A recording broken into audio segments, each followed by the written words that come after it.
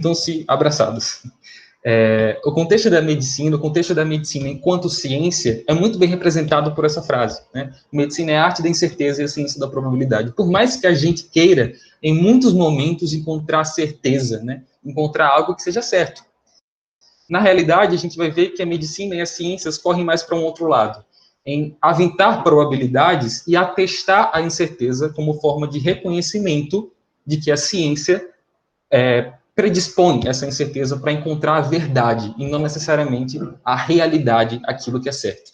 A gente vai discorrer sobre esse pensamento durante todo o momento aqui, e vocês sentem-se à vontade para comentar sobre isso também, tá? Então, essa frase vai nortear toda a nossa apresentação. Medicina é a arte da incerteza e a ciência da probabilidade.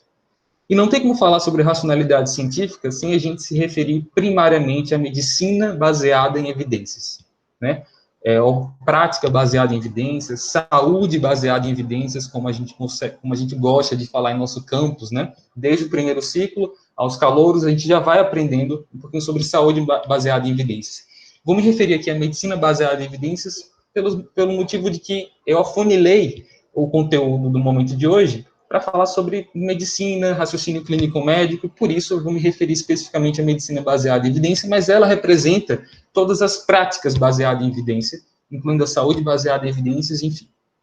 Então, a partir do surgimento da perspectiva do que seria a medicina baseada em evidência, a gente começa a instaurar dentro da medicina uma característica mais científica, né? Ela deixa de ter aquele caráter um pouco mais dogmático, né, dogmatizado, curandeiro, né, e ela passa a se utilizar da ciência para tentar nortear suas condutas.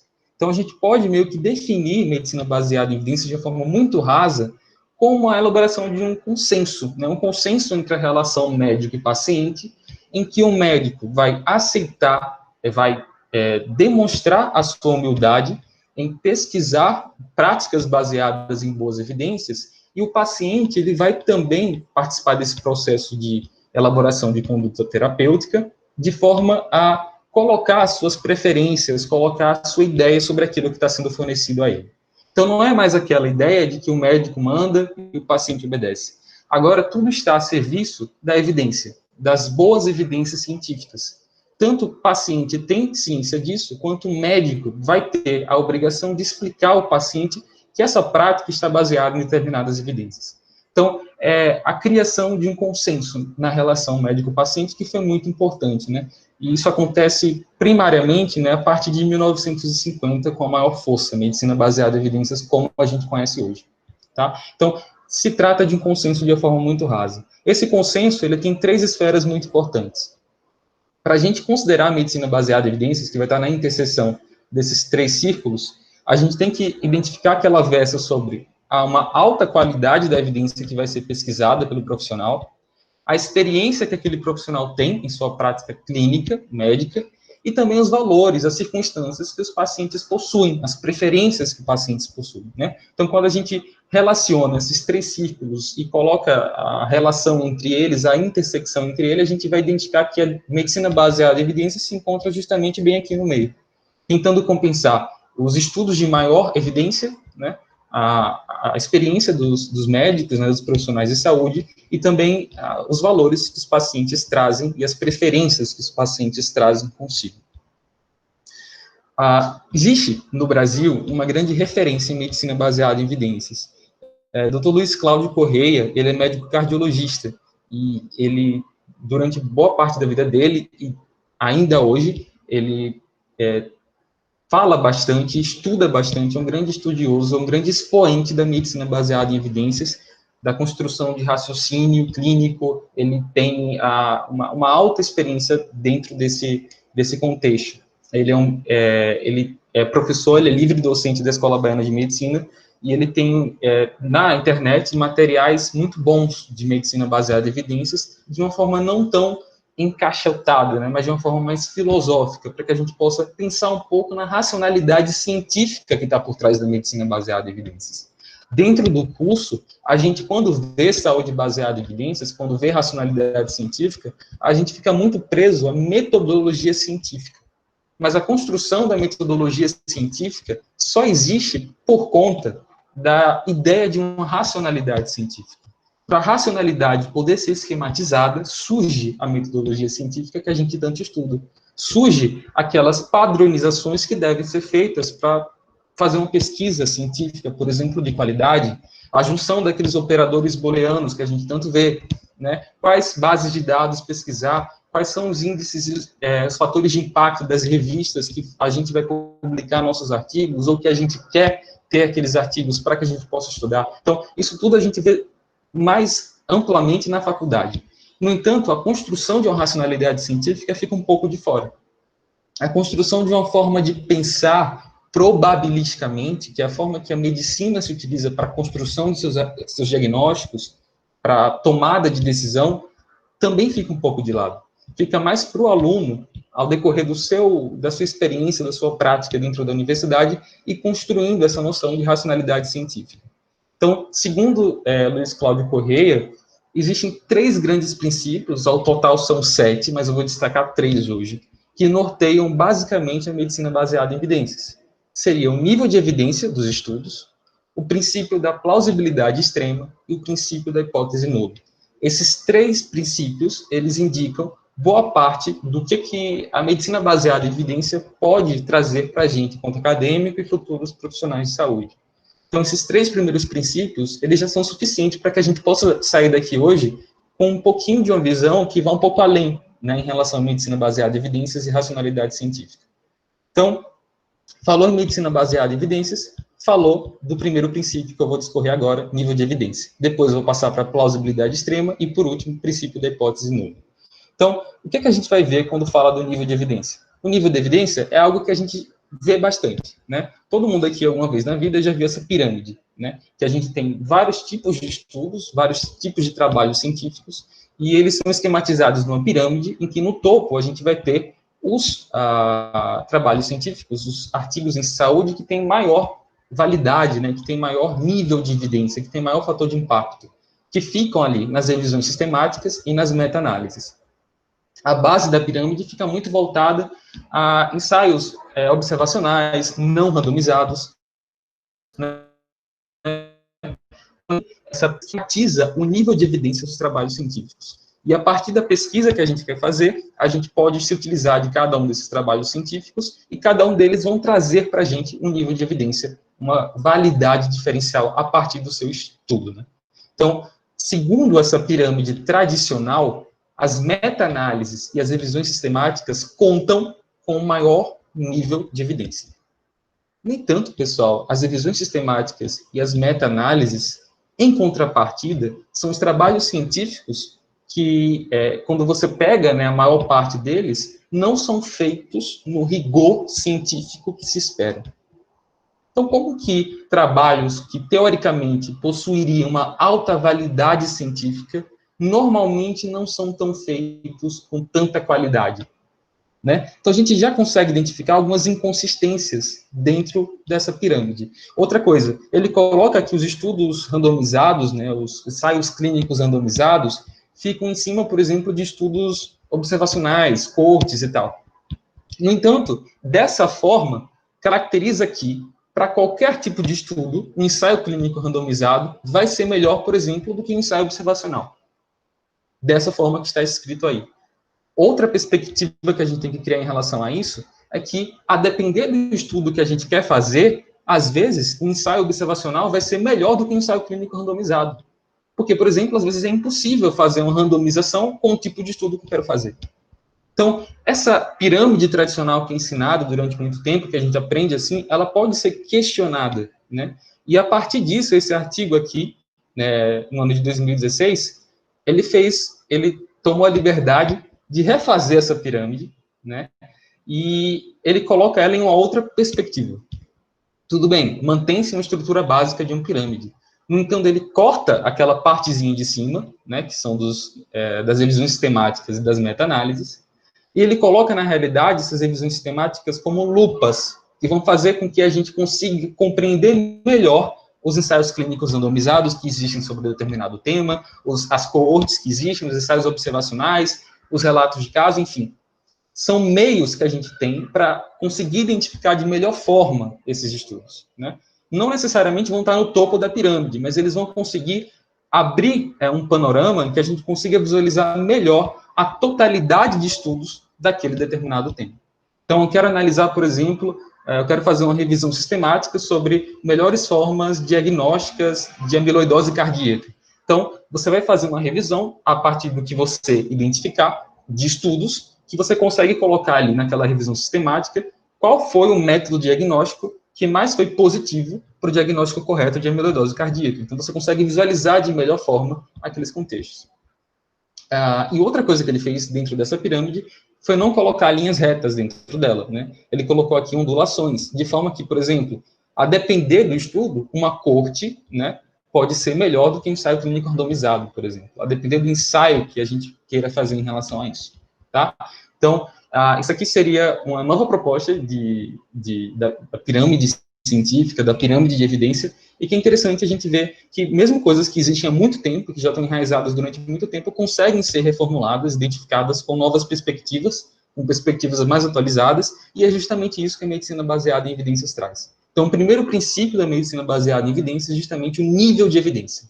Se a gente quer tomar condutas que estejam baseadas à luz de evidências científicas, de boas evidências científicas, devemos encontrar estudos que nos tragam boas evidências científicas. E esses estudos não necessariamente vão ser ensaios clínicos randomizados, não vão ser necessariamente revisões sistemáticas ou meta-análises. Isso tudo vai depender do problema que você tem e do problema que você vai resolver, certo? Então, eu achei muito interessante quando eu dei uma lida sobre isso. Um outro ponto que é interessante falando sobre isso ainda, né? Eu falei que, se vocês verem aqui em cima, os ensaios clínicos randomizados, onde se faz uma aleatoriedade, né, na escolha dos pacientes para aplicação ou não de conduta e placebo, enfim, esses ensaios que normalmente são duplo cego, controlados, enfim. Então, as randomizações ficam em cima, por exemplo, de estudos observacionais. Luiz Cláudio Correia, ele fala justamente sobre isso.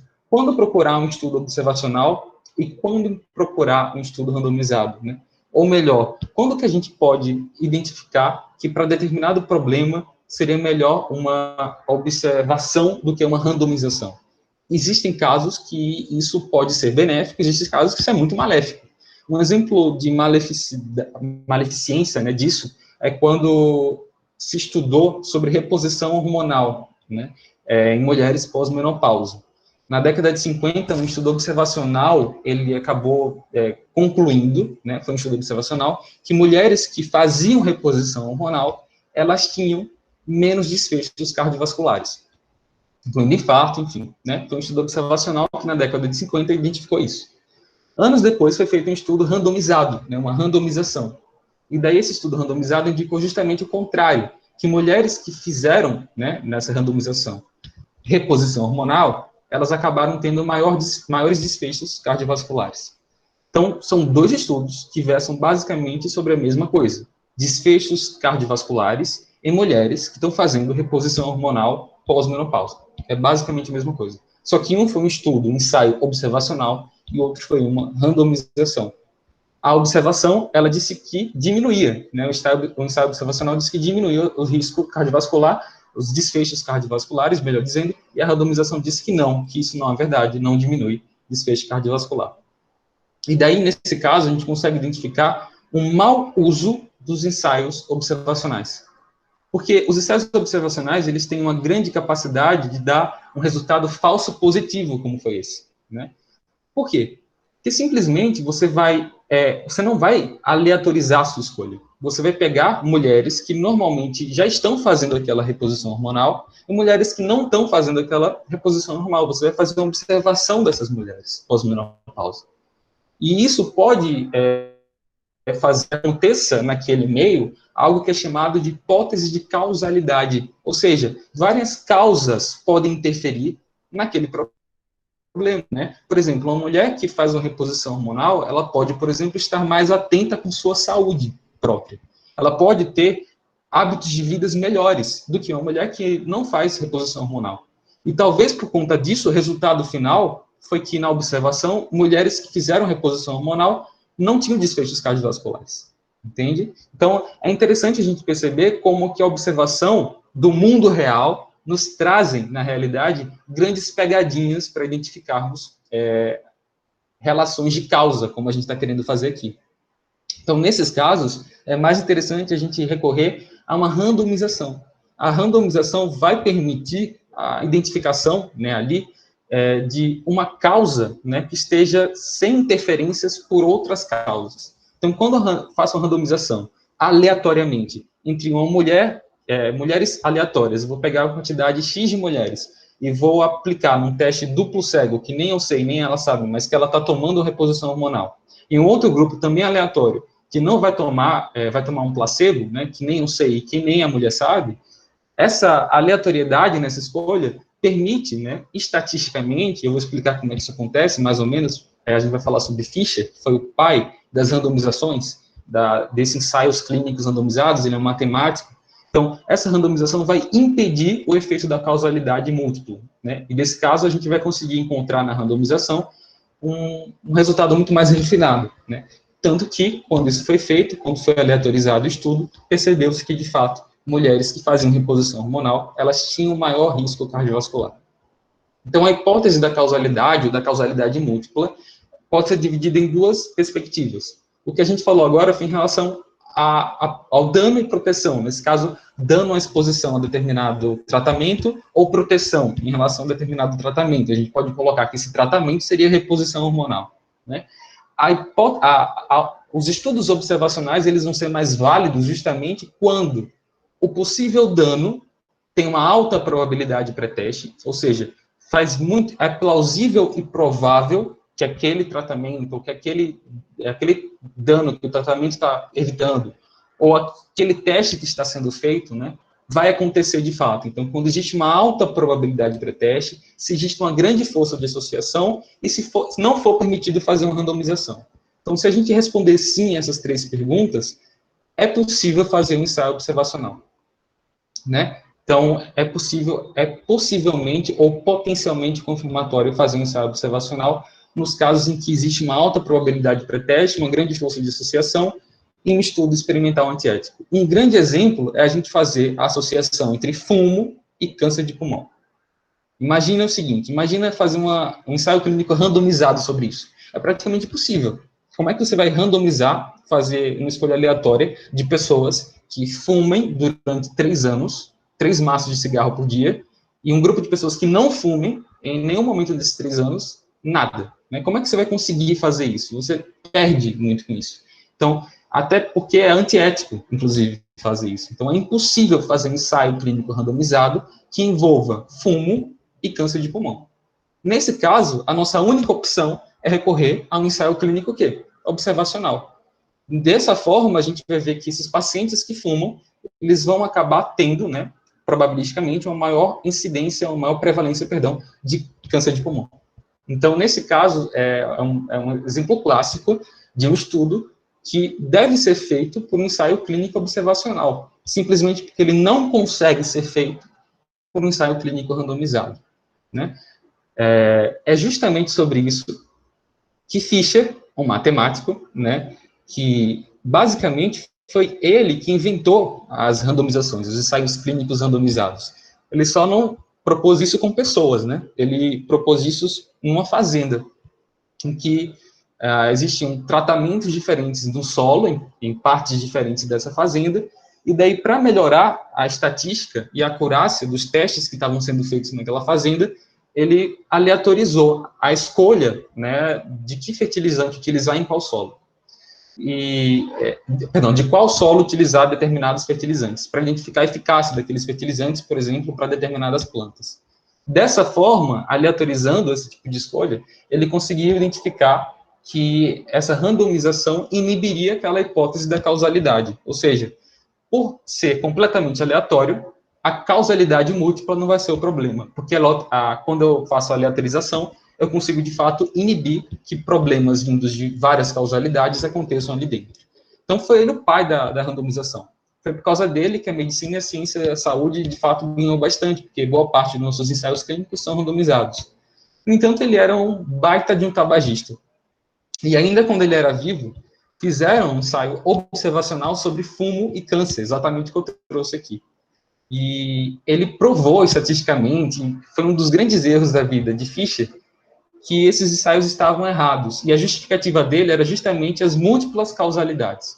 Como é que você pode, somente pela observação, dizer que o fumo vai causar câncer, se, por exemplo, ele vivia na época da Revolução Industrial, e vários outros fatores poderiam, naquele momento, também influenciar a pessoa a ter câncer, né? E daí ele faz estudos, ele passa parte da vida dele para, de fato, contestar essa ideia de que fumo não causa câncer. E é interessante, né? Existem, né, textos e pensamentos sobre Fischer em relação a isso, críticas também em relação a isso, de como que ele deixou em algum momento na sua vida se enviesar dessa forma, né? Até que ele morreu dizendo que não, que câncer não causava câncer. Mas, enfim, é interessante porque o que eu quero trazer de Fischer é que ele é o pai das randomizações, e, por conta disso, justamente por ser o pai das randomizações, ele criticou veementemente estudos que comprovariam que fumo causava câncer somente por serem ensaios observacionais. Hoje em dia, a gente sabe que os ensaios observacionais têm, sim, seu lugar, principalmente quando existe uma alta relação de causalidade, de associação, uma alta probabilidade pré-teste daquilo acontecer. Então, é bom que a gente quebre aquela noção de que sempre os melhores ensaios vão ser os randomizados, ou sempre os melhores estudos vão ser as meta-análises. Não, não necessariamente. Tudo vai variar. Qual é a qualidade dessa meta-análise? Qual é a qualidade dessa revisão sistemática? Qual é a qualidade desse ensaio clínico randomizado? Será que ali caberia um ensaio clínico randomizado ou um ensaio observacional? Né? Então, esse tipo de perspectiva devem ser utilizado no que a gente chama de racionalidade científica. Não é porque tem um estudo que fale sobre aquilo que aquilo vai ser verdade. É o que a gente chama de também evidenciomania, que se criou muito agora na pandemia. Né? A gente vai ter estudo que vai falar sobre tudo. O que você pensar, vai encontrar um estudo sobre aquilo. E não é porque existe um estudo sobre aquilo, atestando o que você pensa, que aquilo vai ser necessariamente verdade. A gente tem que analisar aquele estudo. A gente vai ter que dissecar a qualidade daquele estudo. Se aquele estudo é apropriado da forma que ele existe, né? Se ele é desenhado da forma que ele tem que ser desenhado inicialmente. Então, a evidenciomonia, muito acelerada durante essa pandemia, nos indica a necessidade da construção de uma racionalidade científica em toda a sociedade. Não só na classe dos acadêmicos que estão estudando, por exemplo, saúde. Certo? Deixa eu passar aqui para o próximo slide. Tem seu princípio do nível de evidência. Aqui é como que os ensaios observacionais, em alguns casos, podem gerar aberrações. Né? Então, aqui é um ensaio, uma correlação, que está colocando explorar o espaço, né, tecnologia, os Estados Unidos fazendo isso, sendo correlacionado com suicídio ou sufocamento, ou estrangulação. Né? E daí você vê que quanto mais os Estados Unidos avançam em ciência, tecnologia, mais pessoas morrem sufocadas, mais pessoas se suicidam. Gente, qual é a relação disso? Né? Isso é um exemplo clássico de um viés que pode ser causado por ensaios observacionais. Né? Você tem múltiplas causalidades, o que acaba fazendo dessa associação algo ridículo de ser lido, inclusive. Né? Então, a gente tem que saber identificar quando é provável, quando é possível um determinado estudo e quando não é possível um determinado estudo. Então, ensaios observacionais só vão ser possíveis em estudos que têm uma alta probabilidade de pré-teste, em estudos que têm uma alta correlação. Nesse caso, não existe correlação nenhuma, inclusive chega a ser ilógico. Né?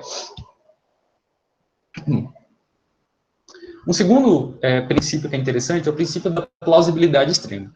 Então, Felipe, você falou sobre o nível de evidência. Beleza. Ensaios clínicos randomizados, eles são apropriados para determinados tipos de estudos. Você vai ter ali os ensaios observacionais também apropriados para outros tipos de estudos, enfim. Isso significa que para tudo que eu quiser, né, se eu quero ser um futuro médico baseado em evidências, ter conduta baseada em evidências, tudo que eu fizer vai ter que estar extremamente baseado em evidência. Eu não posso, por exemplo, fazer tal conduta, uma conduta X, sem essa conduta estar baseada em evidências. Isso é verdade? Claramente que não. Né? E o princípio que vai falar isso é o princípio da plausibilidade extrema. Em 2003, um estudo caricatural fez uma revisão sistemática de ensaios clínicos randomizados que buscou isso, né? O uso de paraquedas para evitar mortes ou traumas maiores. Então, ele estava propondo, né, uma revisão sistemática em que que encontrassem ali, que aglutinassem ensaios clínicos randomizados, que identificassem o uso de paraquedas para prevenir morte ou traumas maiores em, por exemplo, pacientes que pulassem de um avião. É um ensaio caricatural, né? E qual foi o resultado desse ensaio? O resultado desse ensaio foi que... cadê aqui? O resultado do ensaio foi justamente que não houve nenhum ensaio clínico randomizado que falasse sobre isso, né? Não houve nenhum tipo de randomização que colocasse um grupo controle que pulasse do avião sem paraquedas, e um grupo que pulasse do avião com paraquedas para analisar ali, né? Nesse caso, se torna completamente inapropriável se utilizar ali de qualquer tipo de ensaio clínico randomizado, simplesmente porque existe ali uma correlação muito forte de que se você pulasse em paraquedas, você vai morrer, né? Então, a conclusão final desse trabalho foi justamente de que não é possível, né, correlacionar o uso de paraquedas e morte simplesmente porque não houve ensaios clínicos randomizados que pudessem atestar isso, né? Uma crítica ao uso excessivo de evidência para ter que tomar conduta, né? É um trabalho caricatural, como eu falei.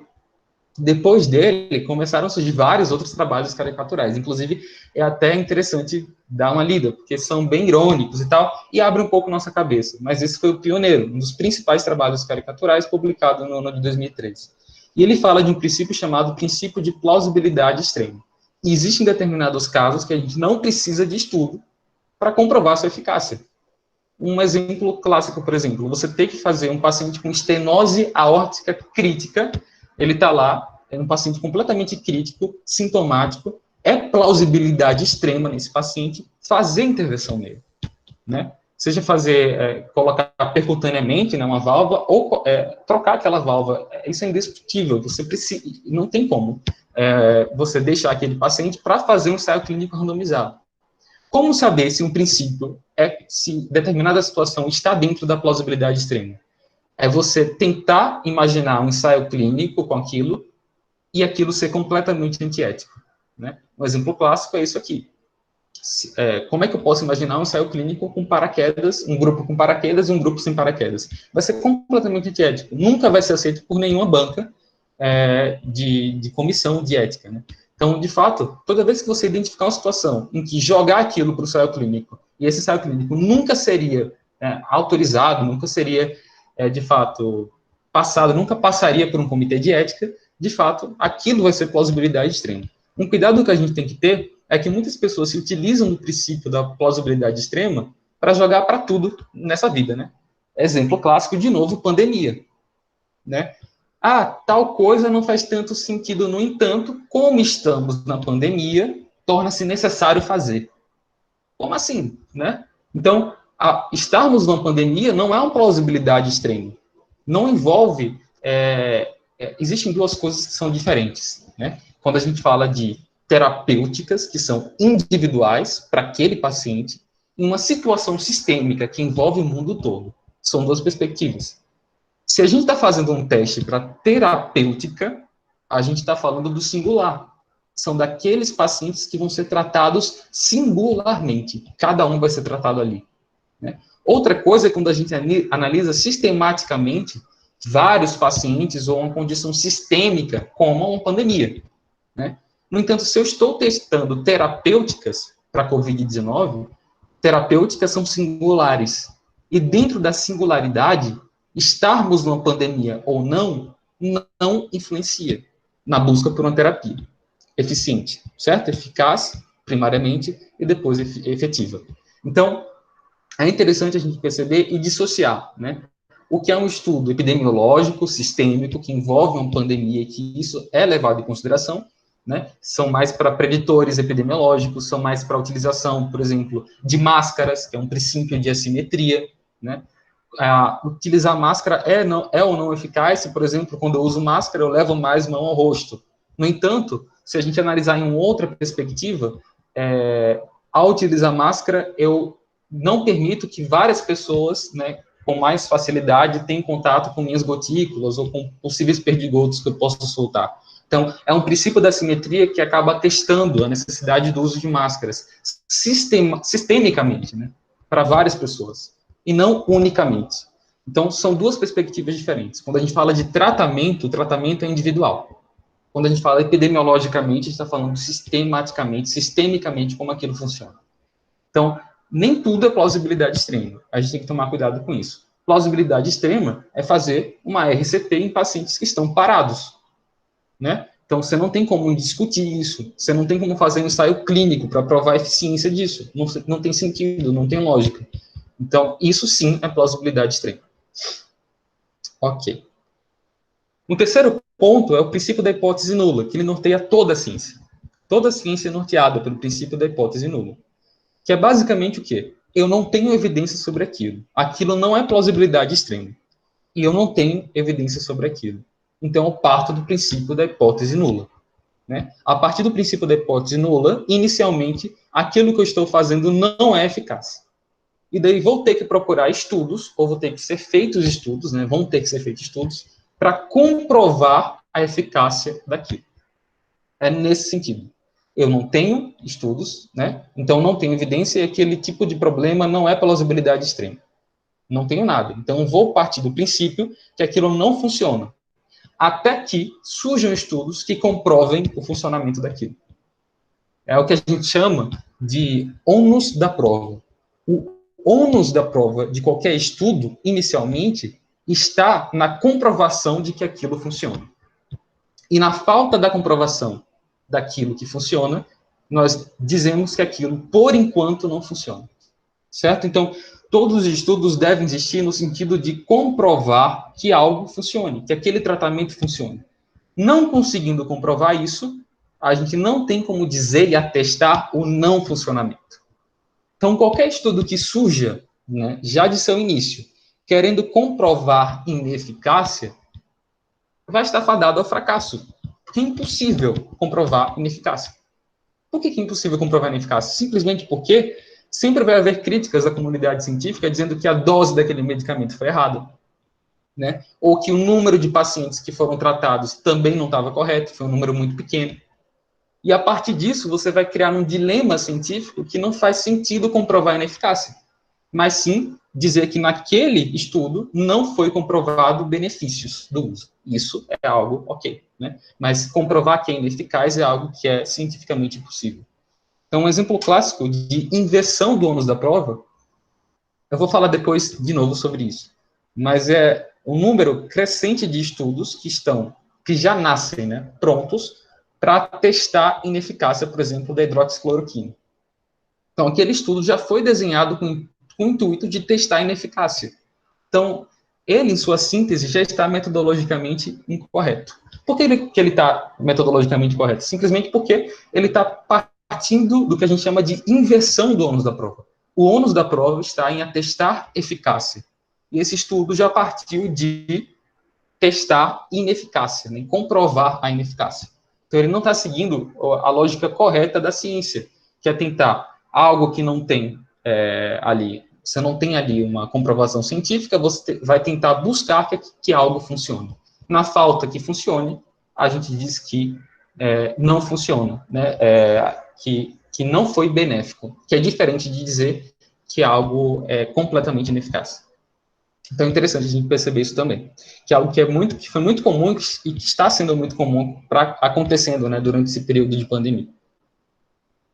No entanto, daqui a pouco eu vou falar que esses estudos, né, da hidroxicloroquina, eles nem deveriam existir, né, simplesmente porque ele tem uma baixa probabilidade de pré-teste. Mas daqui a pouco eu falo sobre isso para não ficar confuso.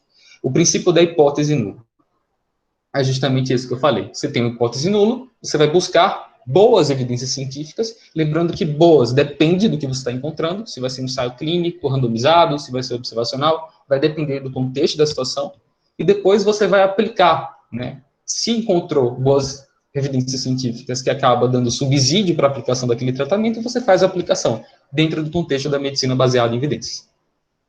O que acontece na maior parte das vezes é que alguns médicos, por vício mesmo, já enraizado na cultura da ciência, enfim, faz a aplicação, por exemplo, de determinado tratamento, sem ter o subsídio científico. E daí, depois que já há muitos anos já está se fazendo aquela aplicação, identifica-se o quê? Que aquele tratamento, na realidade, não faz bem, né?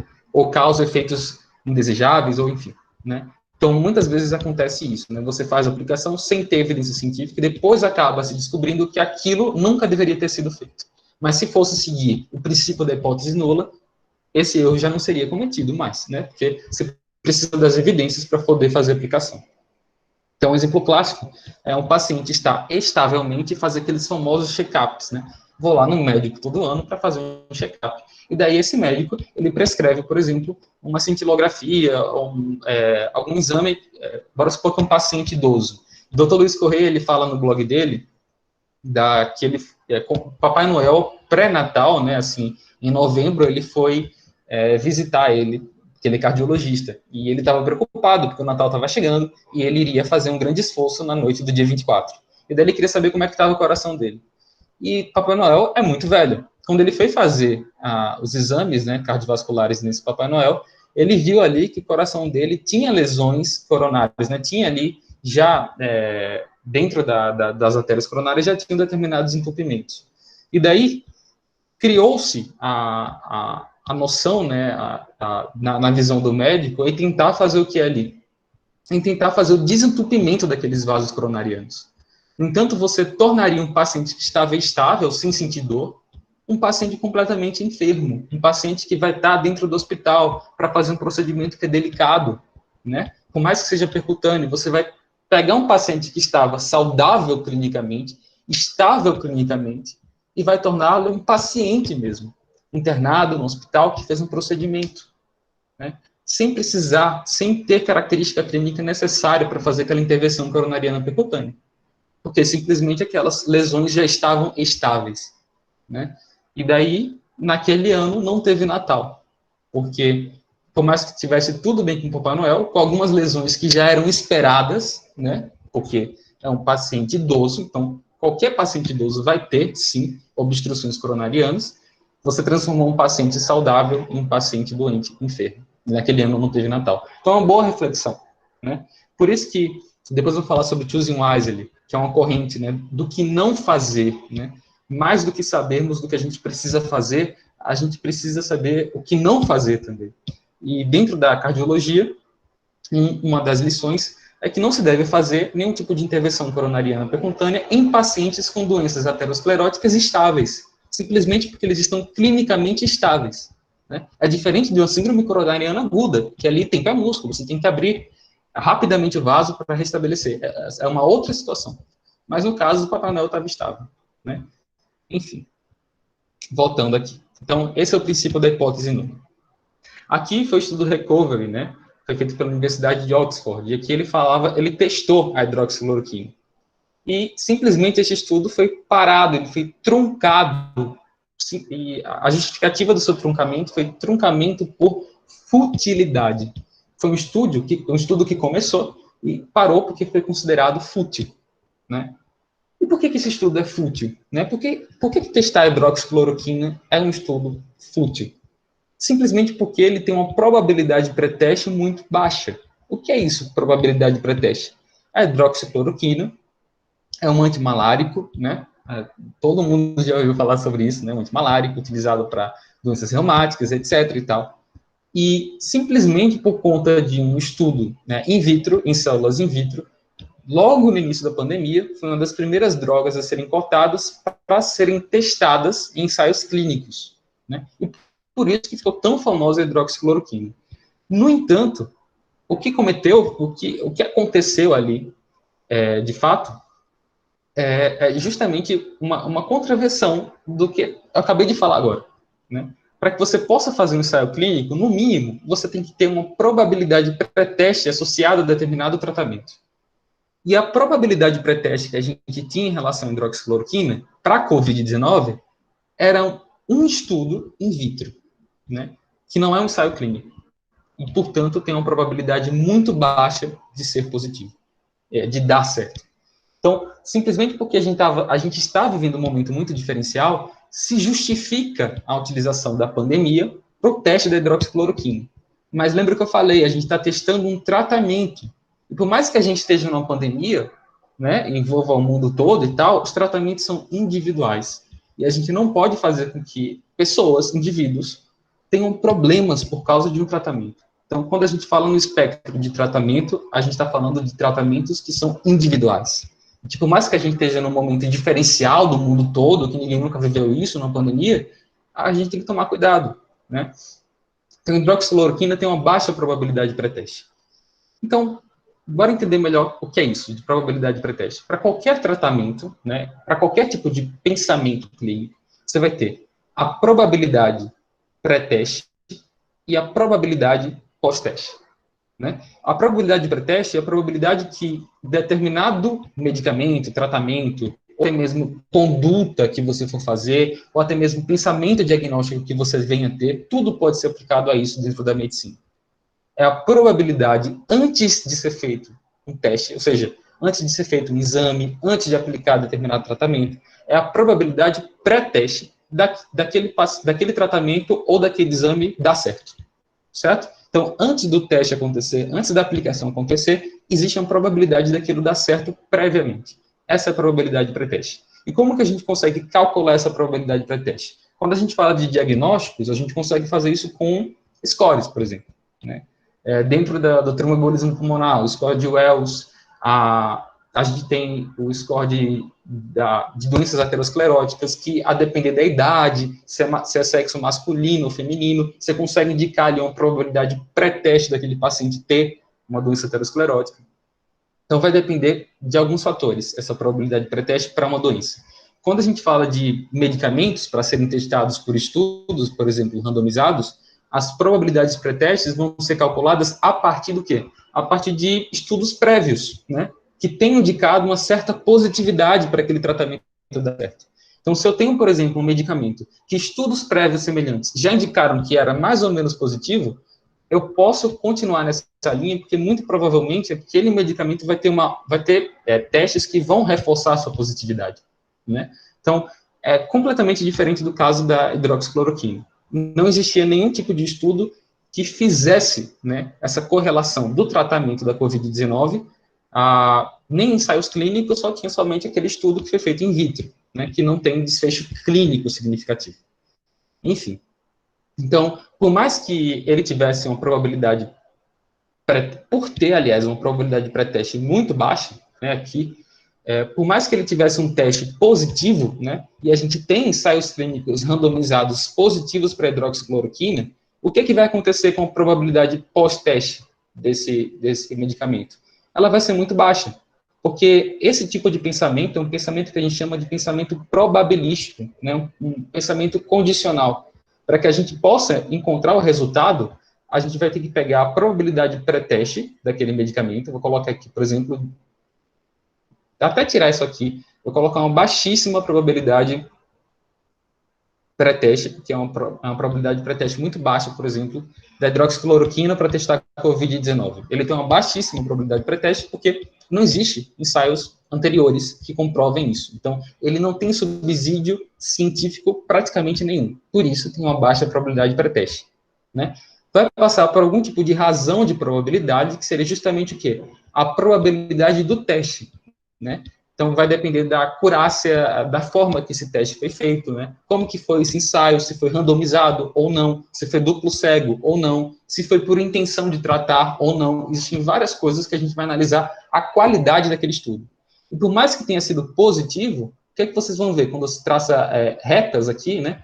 Que a probabilidade pós-teste tende a ser cada vez mais baixa, né? Vai depender do que a gente tiver, da qualidade de estudo e da probabilidade pré-teste desse paciente. Então, é interessante perceber que todo tipo de conduta médica, todo tipo de conduta em pesquisa vai ser resultado de uma probabilidade condicional, em que eu tenho uma probabilidade pré-teste de determinado tratamento, determinado exame, por exemplo, a probabilidade que o teste me deu, sendo ele positivo ou negativo, e a probabilidade pós-teste, né? Então, por mais que eu tenha, por exemplo, uma probabilidade do teste muito positiva para que a hidroxicloroquina dê certo, se eu tenho uma probabilidade pré-teste muito pequenininha, quando eu multiplicar essas duas probabilidades, o resultado final vai ser um resultado muito baixo, né? Então, estudos positivos para a hidroxicloroquina não têm validade simplesmente porque a hidroxicloroquina tem uma baixa probabilidade pré-teste. E estudos negativos também não vão ter validade, pelo mesmo motivo, porque a hidroxicloroquina não tem uma alta probabilidade pré-teste. Logo, se nem estudos positivos, nem estudos negativos para hidroxicloroquina em Covid-19 vão ter significância para tomada de conduta, a gente consegue inferir que estudos, ensaios clínicos para hidroxicloroquina nem deveriam existir, simplesmente pela baixíssima probabilidade pré-teste.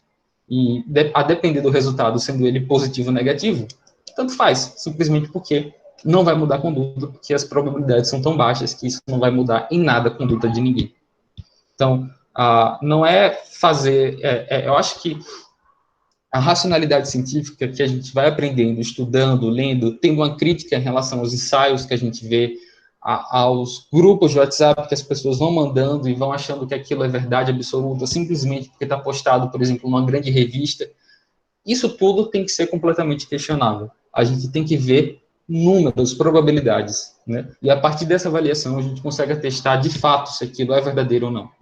Se aquilo vai mudar a conduta ou não, né? É pelas probabilidades. Esse esquema aqui, né, de probabilidade pré-teste, razão de probabilidade pós-teste, é o que a gente chama de pensamento probabilístico, né, criado por Bayes, né? Aqui é um nomograma de Feiger, que tem a ver com aquilo com que Fischer falou, né? A multiplicação de probabilidades, né, a probabilidade pré-teste, antes, por exemplo, do teste do exame, e a probabilidade que o teste me deu, vai me resultar numa probabilidade pós-teste, e é ela que eu vou utilizar para analisar o efeito daquele exame, daquele tratamento, para aquele paciente. Essa razão de probabilidade, como eu falei, pode ser positiva, né, ou pode ser negativa. Aqui eu vou me resumir a exames, para ficar mais fácil, né? Então, quando a gente fala de exames, eu tenho, por exemplo, exame para um paciente, de novo, com doença aterosclerótica. Qual a probabilidade daquele paciente ter doença aterosclerótica sem nem eu ter feito um exame para ele? É o que a gente chama de probabilidade pré-teste. Vai depender de várias coisas. Vai depender da idade, vai depender do sexo, né? Vai depender dos fatores de risco cardiovasculares de forma geral.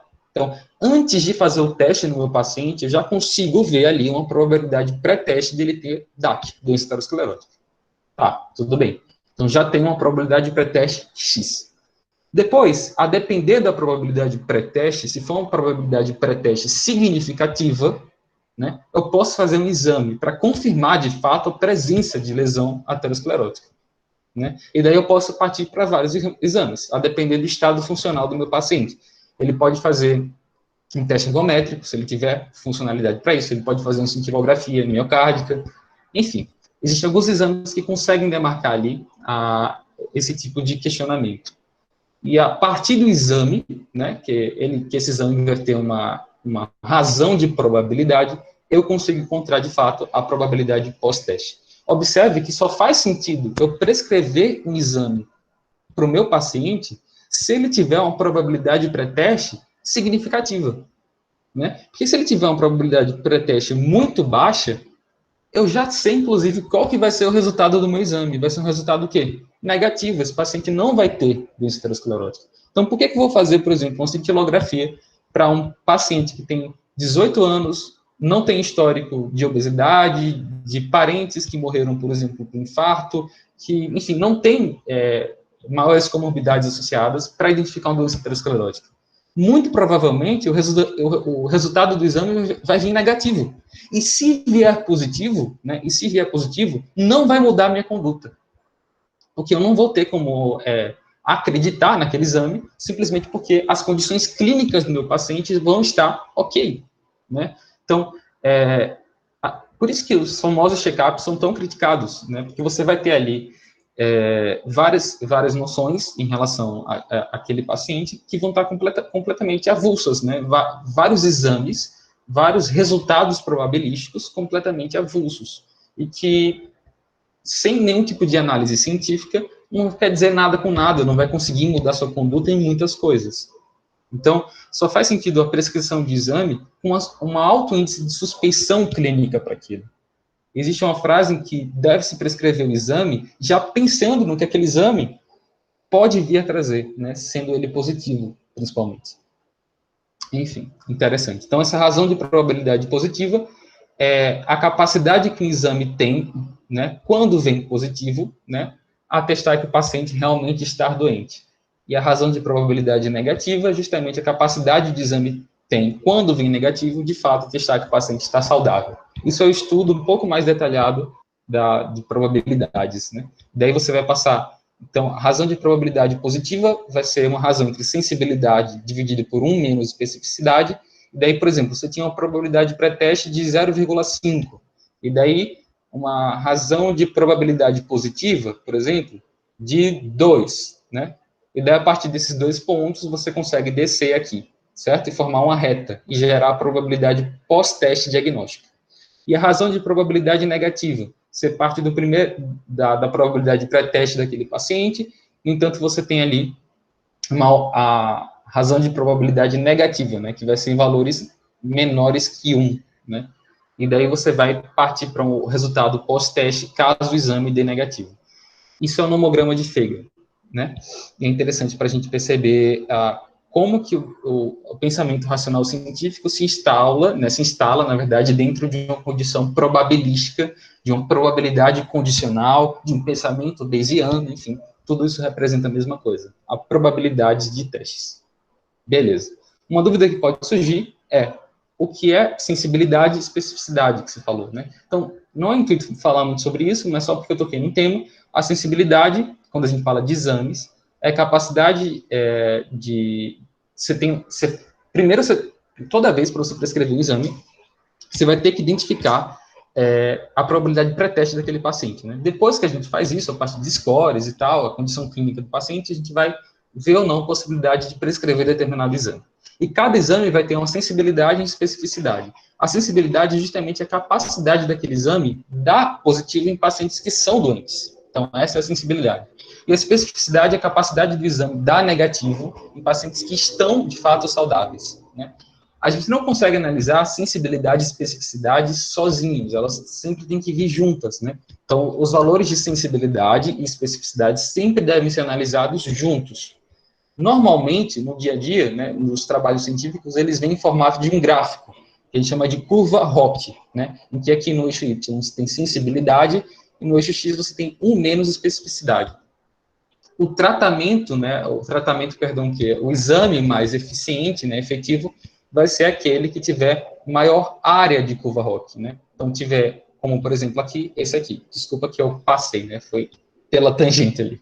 Então, aqui você tem a curva de maior área no gráfico. Isso indica que esse exame tem maior sensibilidade e maior especificidade, né?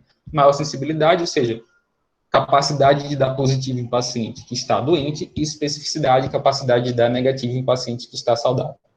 Só para dizer o que é, não quero muito me aprofundar nisso. Ok.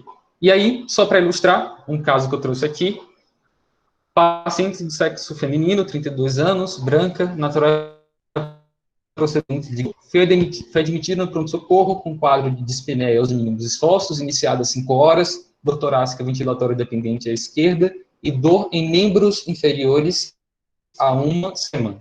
No atendimento inicial, apresentava agitação psicomotora, taquipneica, baixa saturação de O2. Ao exame físico, com frequência de 145, com frequência cardíaca de 145 batimentos por minuto, com ritmo regular, né? Uma frequência respiratória de 36 incursões por minuto, uma PA de 110 por 75, saturando 88% com a temperatura de 35 graus. Ausculta, ritmo regular em 2 tempos, hiperfonese de B2 no foco pulmonar sem sopros. No exame pulmonar, expansibilidade diminuídas, frêmito tóraco vocal diminuído, maciçez em base esquerda e murmúrios vesiculares diminuídos difusamente, abdômen sem alterações. Apresentava edema de membro inferior direito, 3 cruzes em 4, mole e indolor, sem dor à dorsoflexão. Então, um paciente que está muito taquipneica, né, 36 incursões por minuto, muito possivelmente ela já deve estar utilizando a musculatura acessória, porque ela tem uma saturação de 88%. ela tem ali um edema assimétrico, né? Porque só tem um edema do lado direito, né? No membro inferior direito. E não houve relato aqui de edema no membro inferior esquerdo, né? Além disso, ela fala em dor nos membros inferiores há uma semana, né? Muito taquipneica, baixa saturação de oxigênio, a 145 de frequência cardíaca, assimetria, né, de inchaço em membros inferiores. Você começa a criar a partir dessa experiência, uma probabilidade pré-teste para determinadas doenças, né? Como ela falou aqui, de dor em membro inferior, eu posso pensar num possível problema de coagulação, né? Como, por exemplo, um paciente que vem ter varizes, por exemplo. E daí, a partir disso, quando a gente vê edema de membros inferiores, a gente pode indicar ali, de fato, problemas que podem ter envolvidos com tromboembolismo e pensar, a partir da saturação baixa de O2, tromboembolismo pulmonar, TEP. Né? Então, a gente começa a criar um raciocínio clínico voltado a partir do que a paciente está trazendo. Até então, a gente não fez nenhum tipo de exame. Né? A gente só está suspeitando a partir das características clínicas. Uma frequência respiratória muito alta, uma frequência cardíaca muito alta, saturando muito baixo, com edema assimétrico de membros inferiores. Né? A gente pensa em trombose venosa profunda, porque você tem dor em membros inferiores há uma semana. Né? Então, você vai pensando ali, pode ser TEP. E daí, como que a gente pode criar essa probabilidade pré-teste? A partir de scores. Né? Então, o score para TEP é o score de Wells, né, aqui. Então, a partir desses dados, você vai pontuar o que a paciente tem e vai gerar uma probabilidade antes mesmo de ter feito qualquer exame. Você não fez exame nenhum, você só fez o exame físico, pegou a anamnese do paciente. Né? Então, vai perguntar pela história clínica do paciente, se ele já teve trombose venosa profunda antes, TEP prévio. A frequência cardíaca, lembra quanto é que estava lá? 145 por minuto. Então, se tem acima de 100, já tem um ponto de 1,5, né? Sinais clínicos de TVP, ela tem sinais clínicos de TVP. Ela tem ali uma simetria, né, de membros inferiores. Né? Um está muito demasiado, 3 cruzes em 4, hoje o outro não está, né? Enfim, a partir da soma dessas pontuações, você consegue, pré-teste, né, identificar uma probabilidade daquele paciente ter ou não TEP. Né? E daí, nesse caso, nesse score, você tem aí de 0 a 1 uma baixa probabilidade, de 2 a 6 uma intermediária probabilidade e uma alta probabilidade acima de 7. Então, a partir dessa probabilidade, dessas probabilidades aqui pré-teste, você consegue, inclusive, seguir com exames mais adequados a depender da probabilidade pré-teste daquele paciente para atestar a suspeita clínica de tromboembolismo pulmonar. Tá? Então, você não pode simplesmente prescrever um exame por prescrever um exame. Você está prescrevendo o exame porque você está ali pensando, né, em algum ponto específico. No caso, eu estou pensando em TEP. Então, o exame que vai ser prescrito vai ser um exame que possa minha dúvida em relação à minha suspeição clínica de TEP a partir das probabilidades pré-testes que foram tiradas, por exemplo, a partir desse score. E daí, se vocês pegarem os algoritmos, né, você tem ali sinais e sintomas de TEP, que são esses que já foram falados. Assimetria de membro inferior, paciente com taquipneia, tipo de musculatura acessória, enfim, né? E você faz esse score pré-teste, né? E daí você tem ali um TEP que é improvável e um TEP que é provável. E é justamente a partir dessa probabilidade pré-teste exame. Para um TEP provável, já é melhor você indicar uma angiotomografia. Para um TEP que não é improvável, que de fato é improvável, com um score bem pequenininho, né, você pode ali fazer outros meios, como dosar D-dímer, que não vai ser interessante para TEPs prováveis, por exemplo. Então, você consegue até agir, né, de forma mais coerente a partir da dosagem de uma probabilidade pré-teste. De fato, a partir do momento que se faz a angiotomografia, né, ali no caso de artérias pulmonares, você já pode, de fato, quando atestado, iniciar o tratamento com anticoagulação, enfim.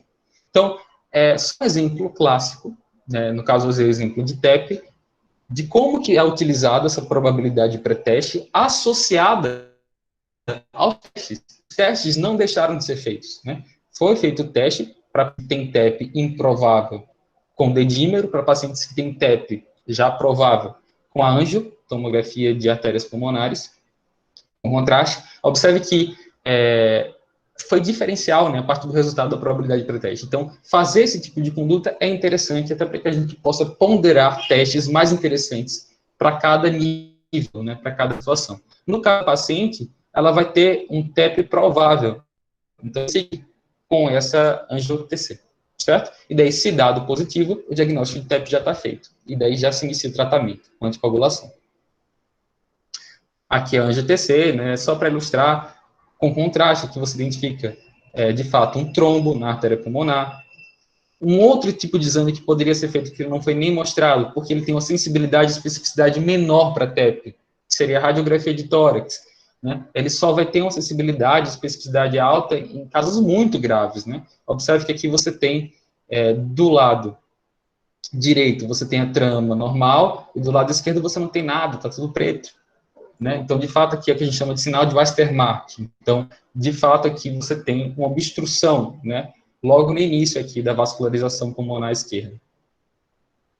Uma outra forma da gente identificar, agora, a probabilidade de pré-teste, só que para doença aterosclerótica, se eu utilizar esse modelo aqui, né? Que envolve o tipo da angina, se é uma angina típica, atípica, a idade, o sexo, daí você vê que pacientes que são homens com angina típica, maiores que 80 anos, têm uma probabilidade altíssima de ter, né? Agora, pacientes mulheres, jovens, sem nenhum tipo de dor, uma probabilidade muito baixa. Para que submeter esse paciente a um teste, se muito provavelmente vai vir negativo, e se vir positivo, não vai fazer diferença, né? Simplesmente porque tem uma probabilidade de pré-teste muito baixa. Um exemplo clássico foi o que aconteceu de novo com o estudo do Recovery. Ele também testou outros medicamentos, além da hidroxicloroquina. E outro medicamento testado foi um corticoide, né? E faz sentido testar corticoide. Não só faz sentido, como é mais provável, existe uma probabilidade de pré-teste alta em testar corticoide para pacientes com Covid-19, porque já existem outros ensaios clínicos prévios com corticoides para pessoas que já evoluíram com insuficiência respiratória aguda grave, né? Então, existe tanto uma plausibilidade quanto uma probabilidade pré-teste para testar a dexametasona, que é um corticoide.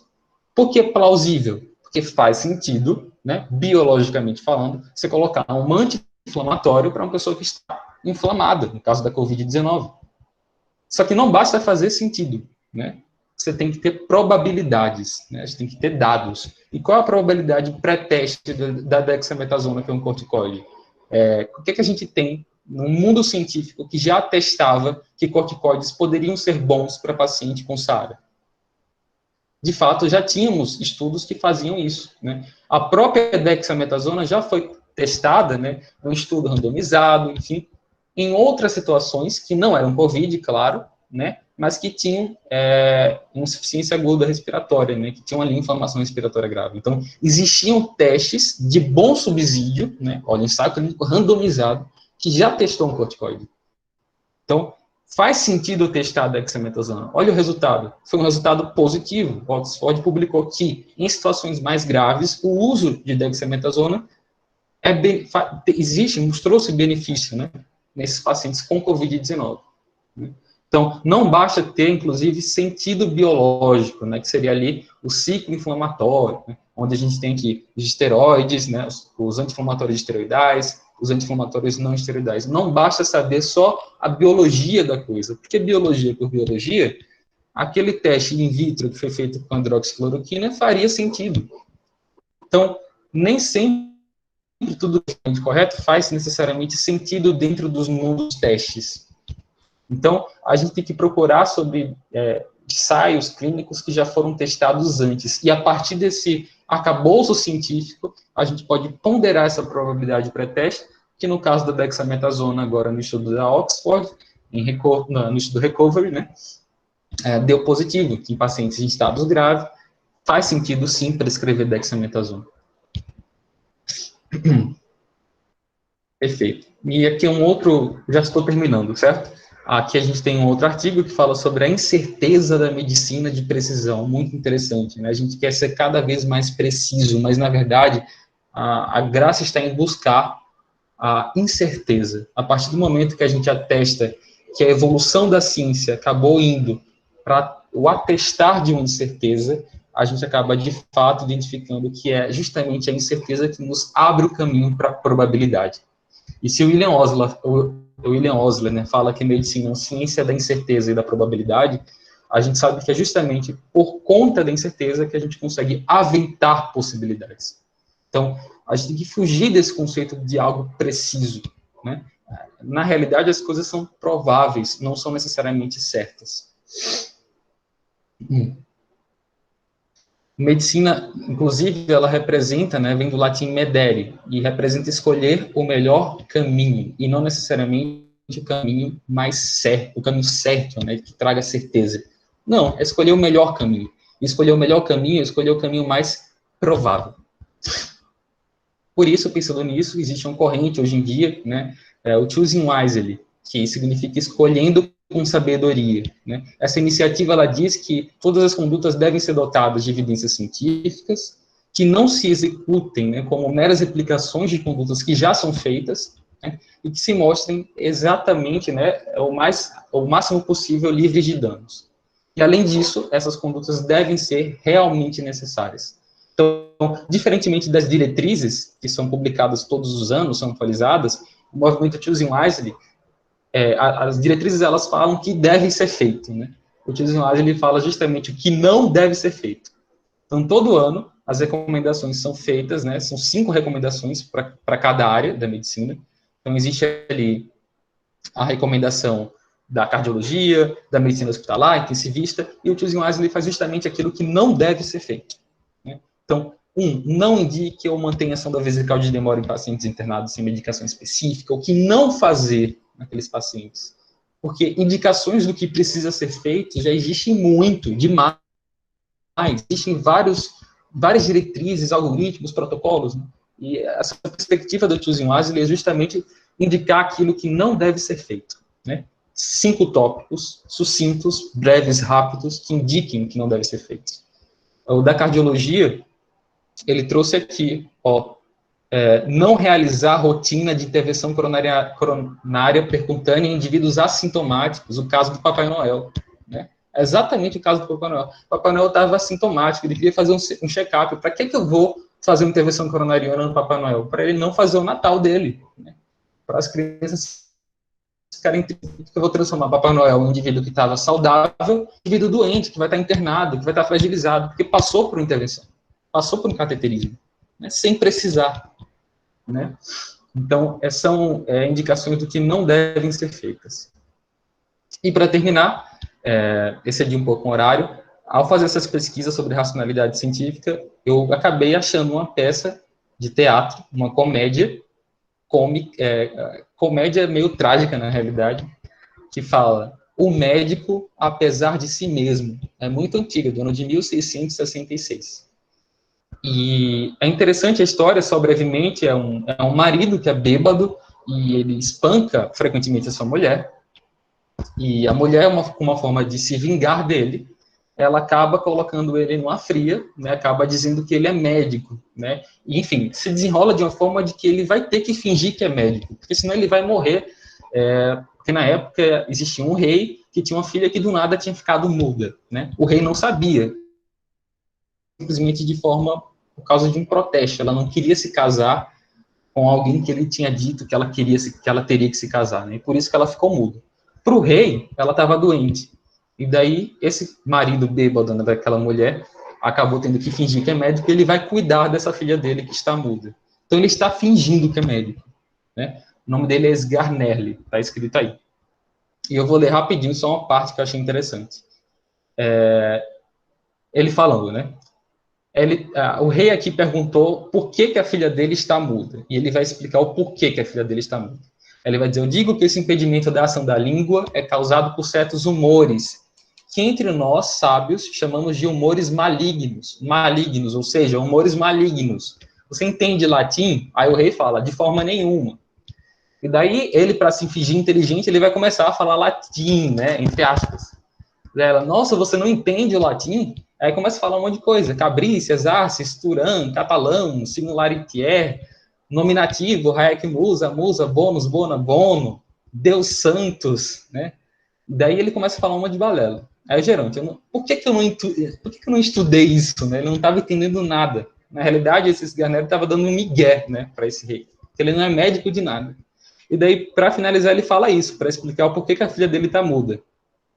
Ora, esses vapores que vos falo, vindos a passar do lado esquerdo, onde está o fígado, ao lado direito, onde está o coração. Acontece que o pulmão, que nós em latim chamamos de armian, tendo comunicação com o cérebro, que nós em grego chamamos de nasmus, através da veia cava, que nós em hebreu chamamos de cubile, encontra no seu caminho os ditos vapores que enchem os ventrículos da omoplata, e porque os ditos vapores têm uma certa malignidade, que é causada pela acrura dos humores engrenados na concavidade do diafragma. Acontece que esses vapores, ossobandos, nequeis, nequer, portnário, quipsamilos, são justamente esses fatores que fazem com que vossa filha esteja muda. Então, basicamente, esse teatro ele fala de uma época, lá na França, em que ser médico era dotado de grande status, que era dotado de... As pessoas que eram médicas eram dotadas de muito dinheiro, ele acaba gostando de ser médico, mesmo fingindo ser médico. Nada real, né? Com os dias de hoje, né? Que continua basicamente a mesma coisa. Uma peça de 1666 que acaba continuando na mesma perspectiva. O interessante quando eu falo de racionalidade científica e trago essa peça é justamente que ele tira as coisas dele da cabeça dele, né? Por causa dos ventrículos da omoplata e do coração que está do lado direito, a filha dele está muda.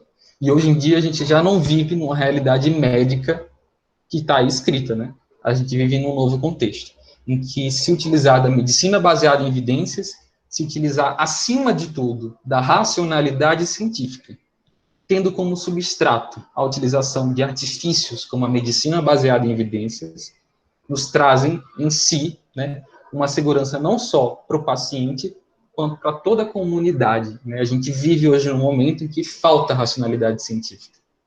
Não só para os estudantes, mas para todo mundo. Né? Falta entender um pouco mais sobre o espírito da ciência. E a medicina baseada em evidências é uma das formas da gente conseguir fazer isso dentro da nossa futura profissão. Então, é isso que eu queria trazer hoje. Eu espero que não tenha ficado cansativo, e se alguém quiser fazer algum tipo de comentário, estejam à vontade, né? Fico muito, muito, muito grato pela presença de todo mundo aqui. E é isso, pessoal. Alguém quer falar alguma coisa? Qualquer coisa é só falar. Muito, muito obrigado. Desejo a todos uma excelente noite e até mais.